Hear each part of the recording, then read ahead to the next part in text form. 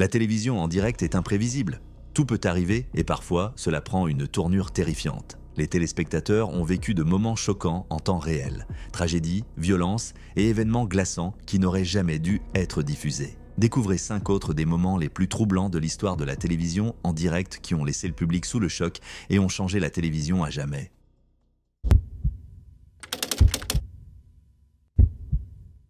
La nuit d'Halloween 1992, des millions de personnes à travers le Royaume-Uni se sont branchées sur un programme spécial de la BBC intitulé Ghostwatch. Présenté comme une enquête paranormale en direct, il suivait une famille de Northolt dans le Grand Londres qui prétendait que sa maison était hantée. Animé par des visages bien connus de la télévision, le show donnait l'illusion d'une véritable émission en direct. Ce que les téléspectateurs ignoraient, c'est que Ghostwatch était entièrement scénarisé. Un drame fictionnel maquillé en reportage réel. Ce qui commençait comme un divertissement s'est rapidement transformé en controverse nationale. Le programme mettait en scène le journaliste Michael Parkinson en studio, tandis que la présentatrice Sarah Green menait l'enquête sur place. Elle s'était rendue chez la famille Hurley, Pamela et ses 2 filles, qui avaient déclaré entendre des coups, frappements et grattements inexpliqués dans leur maison. Au début, Pamela pensait à un problème de plomberie, mais lorsque des objets se sont mis à bouger seuls et que ses enfants ont arboré d'étranges griffures, elle a fini par croire à quelque chose de plus sinistre. La famille croyait qu'un esprit, qu'ils appelaient Pip à cause des bruits de tuyauterie, était responsable de ces phénomènes. Au fil de l'émission, des silhouettes sombres apparaissaient en arrière-plan, et il fut suggéré que Pips était le fantôme d'un ancien résident, Raymond Tunstall, un homme au passé trouble. Le programme entretenait la tension par des moments angoissants, rendant le tout terriblement réaliste. Le style de réalisation amplifiait encore l'effet. Images tremblantes, panne technique, inattendue et atmosphère chaotique poussaient beaucoup à croire qu'ils assistaient à un véritable événement paranormal. La peur a culminé quand Sarah Green est entrée dans un placard sous l'escalier et a soudainement disparu, apparemment happée par une force invisible. Pendant ce temps, en studio, les lumières vacillaient, le matériel déconnait et Michael Parkinson semblait en transe, parlant d'une voix inquiétante. Puis, sans crier gare, l'écran est passé brutalement à un bulletin d'information classique de la BBC, laissant les téléspectateurs abasourdis. Dès la fin de l'émission, la panique s'est répandue dans tout le pays. La BBC a reçu plus de 21 000 appels cette nuit-là de téléspectateurs terrifiés, nombreux étant ceux qui étaient persuadés d'avoir assisté à un véritable événement surnaturel.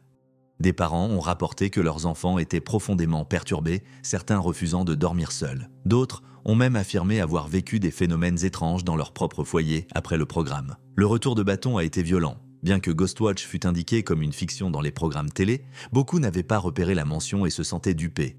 Les plaintes ont afflué, accusant la BBC d'avoir semé une peur inutile. Certaines femmes seraient même entrées en travail à cause du choc et de nombreux enfants sont restés traumatisés bien après la diffusion. Face à la controverse, la BBC a décidé de ne plus jamais rediffuser Ghostwatch. L'émission a été bannie de la grille des programmes et est restée verrouillée pendant des années. Mais le drame le plus tragique fut sans doute l'impact sur Martin Denham, 18 ans. Martin, qui avait des troubles cognitifs, a été profondément marqué par Ghostwatch. Ses parents, April et Percy Denham, ont expliqué qu'il est devenu de plus en plus angoissé après avoir regardé l'émission, convaincu que les événements se déroulaient dans leur propre maison. 5 jours plus tard, il est décédé, laissant une note suggérant qu'il croyait devenir lui-même un fantôme. Ses parents, dévastés, ont estimé que Ghostwatch avait contribué à sa détresse et ont demandé une enquête sur la responsabilité de la BBC. À la suite du décès de Martin, la Broadcasting Standard Commission a ouvert un examen. Elle a conclu que la BBC avait créé une atmosphère de peur sans suffisamment avertir clairement qu'il s'agissait d'une fiction. Si le réseau a été critiqué pour son manque de mise en garde, aucune poursuite judiciaire n'a été engagée. Le créateur de l'émission, Stephen Volk, a plus tard affirmé qu'il n'avait jamais eu l'intention de nuire. Il souhaitait proposer une histoire de fantômes immersive, à l'instar de la diffusion radiophonique de la Guerre des Mondes qui avait également provoqué la panique en 1938. Toutefois, il a été surpris par l'ampleur des réactions et les conséquences d'un tragique. La controverse a entamé la confiance du public envers la BBC, et Volk comprenait pourquoi tant de gens se sentaient trompés. Malgré son histoire tourmentée, Ghostwatch a fini par acquérir un statut culte. Son format novateur a influencé des films d'horreur found footage comme The Blair Witch Project et Paranormal Activity. Mais son héritage reste entaché par la détresse qu'il a causée et la tragédie qui lui est liée. À ce jour, Ghostwatch demeure l'un des moments les plus troublants de l'histoire de la télévision. Ce qui se voulait une spéciale Halloween effrayante a semé la peur et la confusion à l'échelle nationale. Pour certains, ce fut une expérience horrifique inoubliable. Pour d'autres, un rappel douloureux de la facilité avec laquelle la fiction peut se confondre avec la réalité.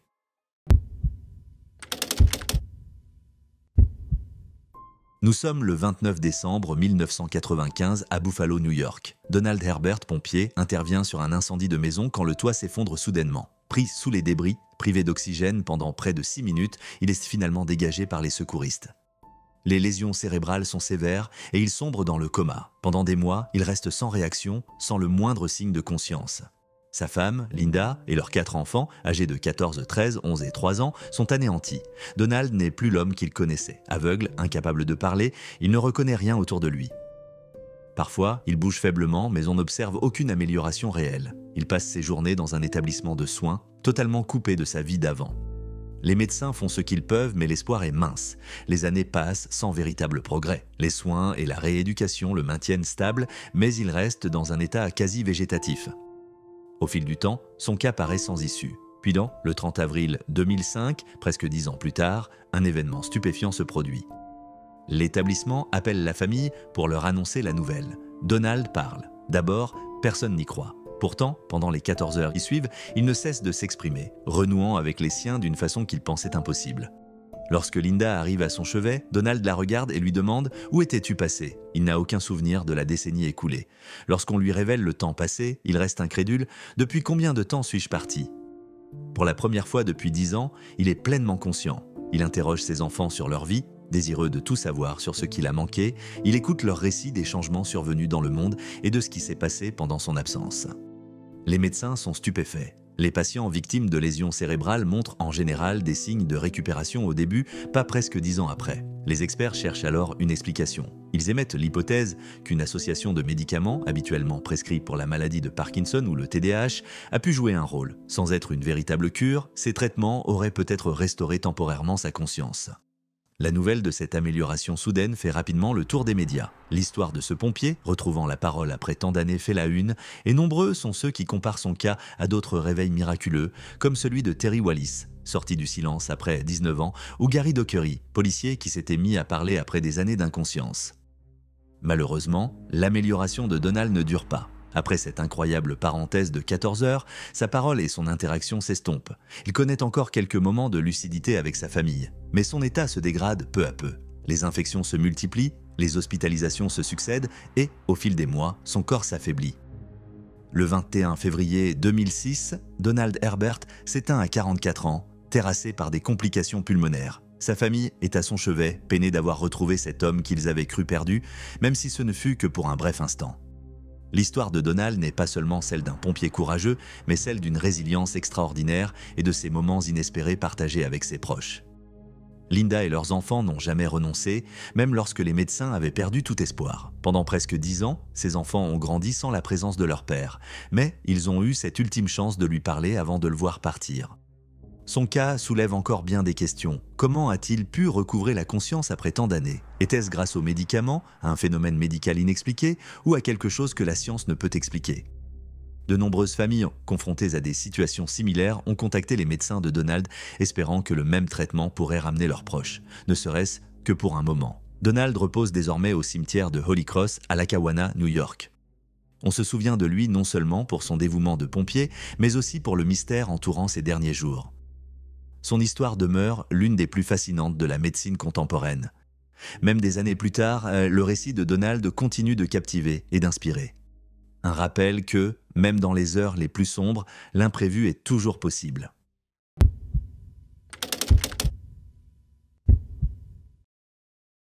Nous sommes le 20 juin 1991 à Buttsfield, dans le comté de Durham, en Angleterre. Harry Collinson, agent chargé de l'urbanisme âgé de 46 ans, se rendait sur une propriété destinée à la démolition. Le bungalow avait été construit illégalement par le propriétaire, Albert Dryden, qui refusait de respecter les règles d'urbanisme. Après des années de conflits, le conseil municipal avait finalement décidé d'agir. Collinson était accompagné d'un avocat, d'agents municipaux et d'une équipe de démolition. Des journalistes et des caméramans étaient également présents pour documenter l'opération. Les responsables s'attendaient à une certaine résistance de la part de Dryden, mais personne n'était prêt à ce qui allait se produire. Vers 9 h, Dryden sortit de sa propriété. Un revolver Webley Mark VI, calibre .455 à la main. Sans hésiter, il visa Collinson et fit feu. Le chaos éclata lorsque Collinson s'effondra. Certains prirent la fuite, d'autres se réfugièrent derrière des arbres ou des véhicules. Mais Dryden ne s'arrêta pas là. Il enjamba la clôture, s'approcha du corps de Collinson et tira 2 fois de plus. La scène horrifiante fut diffusée en direct dans l'émission Look North de la BBC, choquant toute la nation. Au cours de l'attaque, le journaliste de la BBC, Tony Belmont, fut blessé au bras et le policier Stephen Campbell reçut une balle dans la jambe. Dryden prit également pour cible un véhicule de police, contraignant les agents à reculer. À court de munitions, il se replie à l'intérieur de sa propriété, menaçant les forces de l'ordre d'explosifs. Il détenait illégalement des grenades et un canon de 20 mm, rendant la situation encore plus périlleuse. Des officiers lourdement armés arrivèrent rapidement sur place. Connaissant l'obsession de Dryden pour les armes et son passé violent, ils se préparèrent au pire. Des négociateurs tentèrent de le raisonner, proposant d'installer un téléphone de campagne pour communiquer. Lorsque Dryden sortit de sa caravane pour les observer, les policiers remarquèrent que son étui à revolver était vide. Profitant de l'occasion, le sergent John Taylor se jeta sur lui et l'immobilisa, permettant ainsi son arrestation. Cet assaut fut l'un des crimes les plus choquants jamais diffusés en direct à la télévision britannique. La mort de Harry Collinson plongea sa famille dans le deuil et les images de l'incident hantèrent le public pendant des années. Albert Dryden était né en 1940 à Consett, en Angleterre, dans une famille ouvrière. Son père travaillait à la Consett Iron Company et sa mère était très engagée dans l'armée du salut. Solitaire, Dryden consacrait beaucoup de temps à sa passion pour les armes. Âgé de seulement 11 ans, il se procura son premier pistolet, le même type de revolver qu'il utiliserait plus tard. Sans jamais posséder de permis de port d'armes, il constitua au fil des décennies un arsenal illégal. Dryden avait édifié son bungalow à Budsfield comme un refuge personnel où il cultivait ses légumes et élevait du bétail. Il voulait vivre hors du système, mais le conseil municipal déclara la construction illégale. Dryden soutint que son bâtiment, dissimulé dans une dépression du terrain, ne nécessitait pas d'autorisation, mais les autorités ne partagèrent pas son avis. Après de longues batailles juridiques, l'ordre de démolition fut finalement émis. Le jour où l'équipe arriva, la colère de Dryden avait atteint son paroxysme. Son long conflit avec le conseil se solda par un acte de violence qui stupéfia le pays. Arrêté, Dryden fut inculpé pour le meurtre de Harry Collinson, pour tentative de meurtre sur l'avocat du conseil Michael Dunston et pour les blessures infligées au policier Campbell et au journaliste Belmont. Au procès, il prétendit ne pas être dans un état mental stable, mais le jury ne le crut pas. Il fut reconnu coupable de tous les chefs d'accusation et condamné à 2 peines de prison à vie, plus des années supplémentaires pour les autres crimes. Même derrière les barreaux, Dryden refusa de reconnaître sa responsabilité, affirmant être victime d'un complot et proférant des accusations sans fondement contre Collinson. Après 26 ans de détention, il fut libéré en 2017 pour raison de santé. Un grave AVC le laissa aphasique et il fut placé en maison de retraite. Sa remise en liberté suscita des réactions mitigées. Pour Roy, le frère aîné de Harry Collinson, aucune compassion n'était de mise. Dryden lui avait adressé des lettres délirantes sans jamais manifester le moindre remords. En septembre 2018, à l'âge de 78 ans, Albert Dryden s'éteignit. Sa disparition n'apporta aucun réconfort à la famille Collinson, seulement la fin d'un chapitre douloureux. Les tragiques événements du 20 juin 1991 restent l'un des moments les plus troublants de l'histoire britannique. Une querelle de longue date autour d'un bâtiment illégal se mua en un crime d'une violence inouïe, gravé à jamais dans les mémoires de ceux qui l'ont vu se dérouler en direct.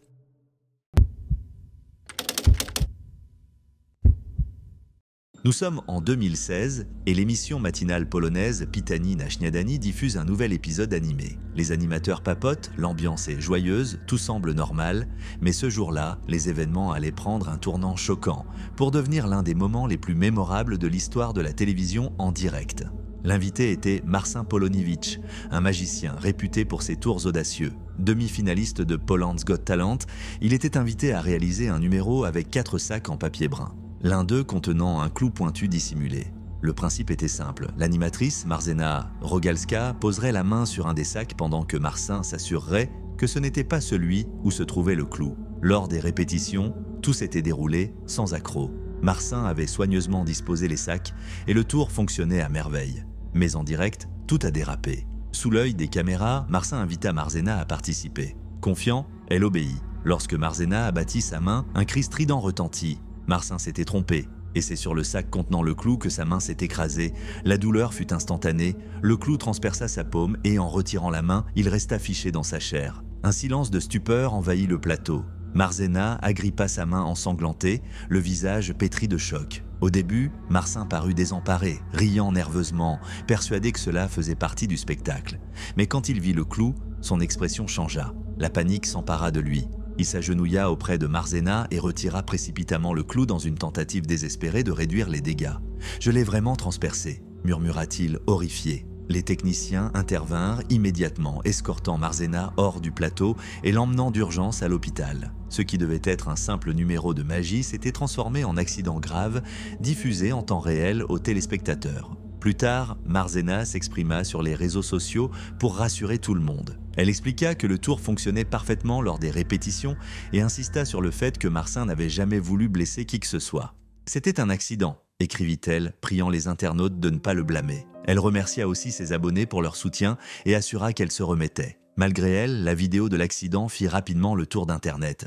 L'extrait devint viral, choquant des spectateurs du monde entier. Beaucoup s'interrogèrent sur l'erreur de Marcin, certains allant jusqu'à prédire qu'il venait de compromettre irrémédiablement sa carrière. Face aux critiques, Marzena le défendit encore. Le web est trop dur avec lui. Il n'a jamais voulu que ça arrive. Elle avait pardonné, espérait que les autres en fassent autant. Mais l'indulgence ne fut pas générale. Les réseaux sociaux se remplirent de commentaires moqueurs.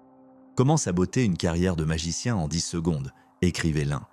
Elle a mieux géré ça que moi, confiait un autre. D'aucuns saluèrent le sang-froid de Marzena et son envie d'aller de l'avant. Les conséquences furent difficiles pour les deux protagonistes. Si Marzena guérissait physiquement, le traumatisme psychologique restait vivace. Quant à Marcin, il subit un véritable lynchage médiatique. Un seul faux pas avait suffi à ébranler la confiance du public. Cet incident souleva aussi la question des numéros à haut risque en direct. Même bien préparés, ils peuvent déraper et les conséquences être dramatiques.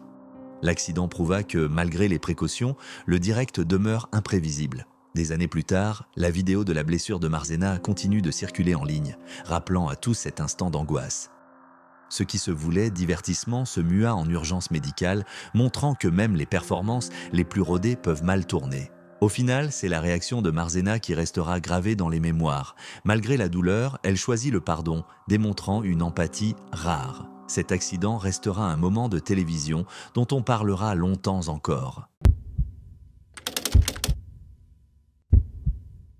Nous sommes le 11 décembre 2022 à Solihull, dans les West Midlands, lorsqu'un drame bouleverse la communauté. 4 jeunes garçons, âgés de 6, 8, 10 et 11 ans, jouaient sur la surface gelée de Babs Mill Lake, un lieu de promenade prisé à Kingshurst. Soudain, la glace a cédé sous leurs pieds et ils sont tombés dans l'eau glaciale. Les équipes de secours sont arrivées en un rien de temps et ont déployé tous leurs efforts pour les sauver. Pompiers, policiers et ambulanciers ont travaillé dans des conditions extrêmes, un officier tentant même de briser la glace à main nue. Malheureusement, malgré leur détermination, 3 des garçons, ceux de 8, 10 et 11 ans, n'ont pas survécu. Le plus jeune, âgé de 6 ans, a été le seul à être retiré vivant de l'eau. Le lendemain, la journaliste de la BBC, Joanna Gosling, a annoncé la tragédie en direct. Forte de plus de 20 ans d'expérience, elle avait déjà couvert de nombreux sujets douloureux, mais celui-ci était particulier. En plein bulletin, sa voix s'est brisée. « J'ai une nouvelle vraiment triste à vous annoncer », a-t-elle dit en luttant contre l'émotion. « Nous apprenons que 3 garçons, âgés de 10, 11 et 8 ans, sont morts. » Elle s'est interrompue, bouleversée. « Je suis tellement désolée. C'est une terrible nouvelle. » Son émotion a été ressentie par des téléspectateurs de tout le pays. Les journalistes sont formés à garder leur sang-froid, mais certaines histoires sont trop douloureuses pour rester impassibles. Les secouristes étaient arrivés en quelques minutes, extirpant les enfants de l'eau glacée. Ils ont été transportés d'urgence au Birmingham Children's Hospital et au Heartlands Hospital dans un état critique. Les médecins ont tout tenté, mais les effets de l'hypothermie étaient trop graves. Les sauveteurs, quant à eux, ont été profondément marqués par ce qu'ils avaient vécu. L'officier qui avait essayé de briser la glace a souffert d'une légère hypothermie avant de se rétablir. Mais le traumatisme psychologique, lui, est resté. La nouvelle s'est répandue rapidement et le deuil a envahi la communauté. Un mémorial s'est formé près du lac où l'on déposait fleurs, peluches et messages pour les garçons et leurs familles. Amis, voisins, élus locaux et même membres du club de football Marston Green FC sont venus se recueillir. Le surintendant Richard Harris de la West Midlands Police a évoqué cette perte dévastatrice. « Les familles sont complètement brisées et nous faisons tout notre possible pour les soutenir », a-t-il déclaré. À l'approche de Noël, c'est d'autant plus difficile à supporter. Cette tragédie a aussi incité les autorités à rappeler la dangerosité des surfaces gelées. Richard Stanton, commandant du West Midlands Fire Service, a averti. Les lacs, étangs et réservoirs gelés peuvent sembler sûrs, mais ils sont mortels. Il a invité les parents à sensibiliser leurs enfants aux risques. La réaction émotive de Joanna Gosling a beaucoup ému. Mère elle-même, elle a partagé la peine du pays et reçu de nombreux messages de soutien. Sur les réseaux sociaux, elle a remercié ses abonnés. « Merci pour vos marques de sympathie. C'était un choc et mon cœur va aux familles. » Plus tôt dans l'année, elle avait déjà montré son émotion en reportant le retour de Nazanin Zaghari-Ratcliffe au Royaume-Uni après des années de détention en Iran, mais la perte d'enfants si jeunes à Solihull lui a paru plus déchirante encore. C'était la preuve que, derrière chaque journaliste, il y a un être humain portant le poids des drames qu'il relate. La disparition de ces 3 garçons a laissé une cicatrice indélébile chez leurs proches, les sauveteurs et l'ensemble de la communauté. Le petit mémorial de Babs Mill Lake demeure un émouvant hommage à ces vies fauchées trop tôt. Pour les familles endeuillées, aucun mot ne pourra jamais apaiser leur douleur. Les équipes de secours ont tout donné, mais rien n'aurait pu ramener les garçons. Leur chagrin, eux, restera éternel. Ce qui avait commencé comme un après-midi de jeu s'est terminé par une perte inimaginable. Une tragédie inattendue qui a bouleversé tant de vies et laissé une communauté en deuil.